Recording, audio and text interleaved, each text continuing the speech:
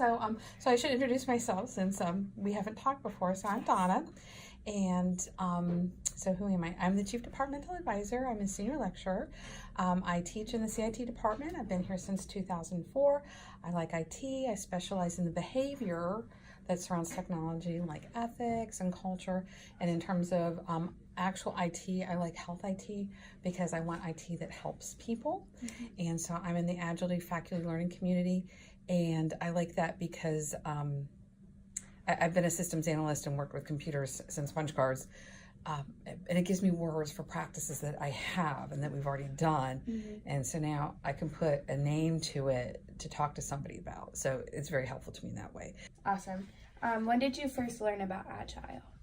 Last year is when I first learned about Agile, and we decided to put it in the curriculum. So I wanted to learn more about this because I work with the curriculum and I do advising for our department.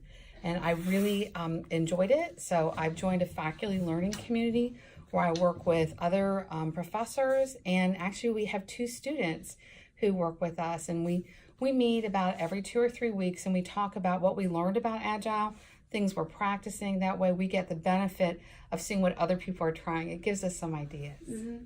So you learned about Agile, you decided to take the plunge. How did you apply that to your teaching? How did I apply that to my teaching?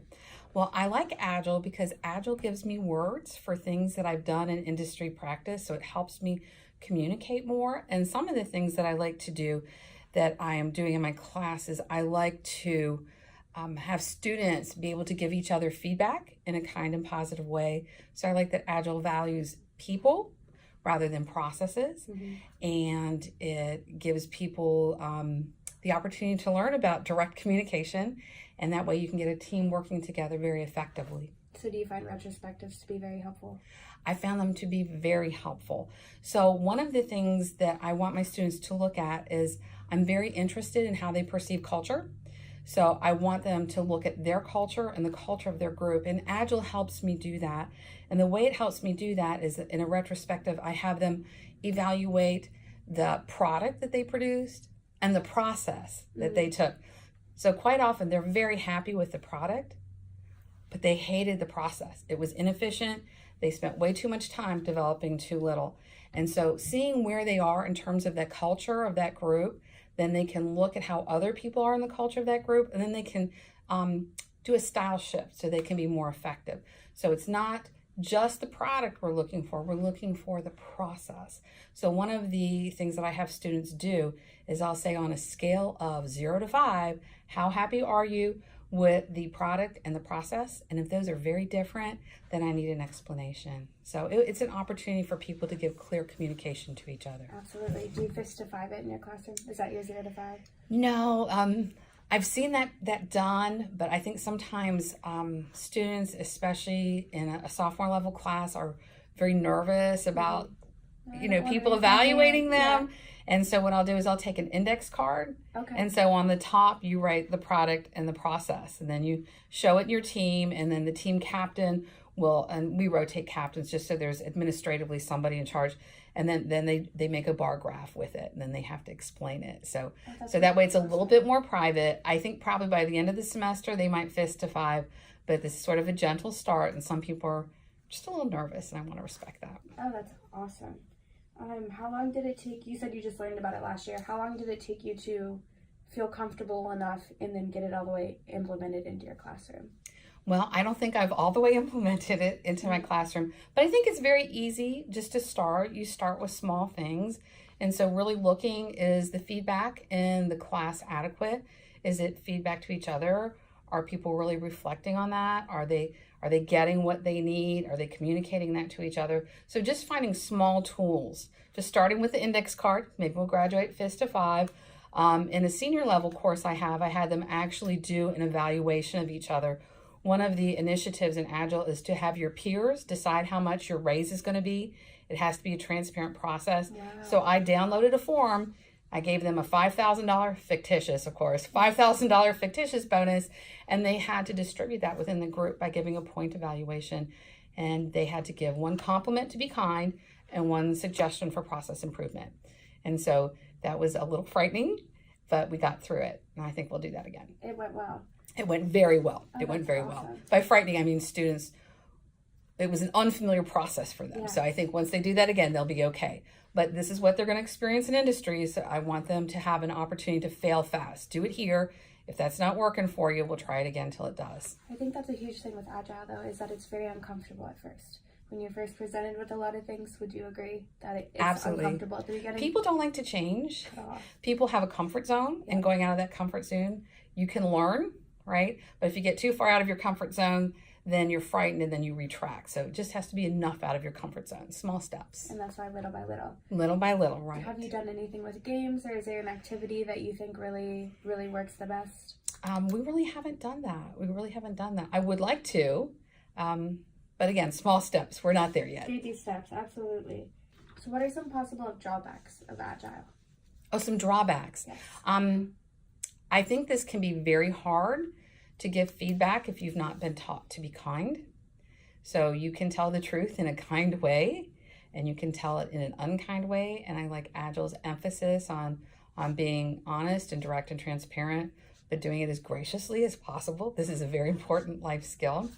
I think, and I don't know that this is a drawback. This is something I would like to research with someone else, is cultures like to communicate in different ways.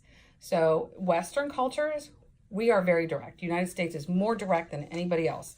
Australia and Germany would be close to us. There are cultures that are very indirect. So Asian culture, so I'm thinking of Japan in particular. We are much more direct. We offend people sometimes. And so they also have a very hierarchical way of dealing with things where there's a large hierarchy. That doesn't work well with Agile. So I wonder how Agile translates in Asia, in Japan in particular. I can see Agile as an excellent tool for the Western mindset. I wonder how that translates. I don't know the answer to that, but I think it would be a good question. Interesting, so interesting. Back on the topic of people being honest but being kind, do you think that establishing the social contracts helps with that? Do you do those in your class? We do social contracts, and I think it's a very good idea, but I think some people just write it down on paper and they haven't internalized that because they haven't practiced it. Mm-hmm. So we have to give them the opportunity to practice that. So the social contract is a good place to start, and there's sort of a leap between signing it and doing it. Mm-hmm. It's just growth, small steps. Absolutely. But I think starting with the social contract is a good step, knowing that you still have to practice. Do you guys use focusing questions as well to help guide? We have not. Are there some that you recommend? So a focusing question is something that you establish from the beginning, like as your group, when you're working on a project. So, and that's probably something that I would call a charge. Okay. So, but that's a better developed charge. So what's a charge? A charge is basically what your assignment is and the constraints with it. But I think a focusing question is more accessible. How easy was it to switch your mindset to Agile? I don't think it's hard, and I would have to say I haven't completely switched. Everything is a process, but I like things that are efficient, and I like things that bring people together to work well together, because I like studying culture and behavior around technology. So it's a very sort of natural progression for me to examine this. Do you feel like your student learning outcomes they're retaining and understanding more? We'll measure that at the end of the semester, but I think as long as you have direct communication, you're going to be improving that. Do you have any advice? Do I have any advice?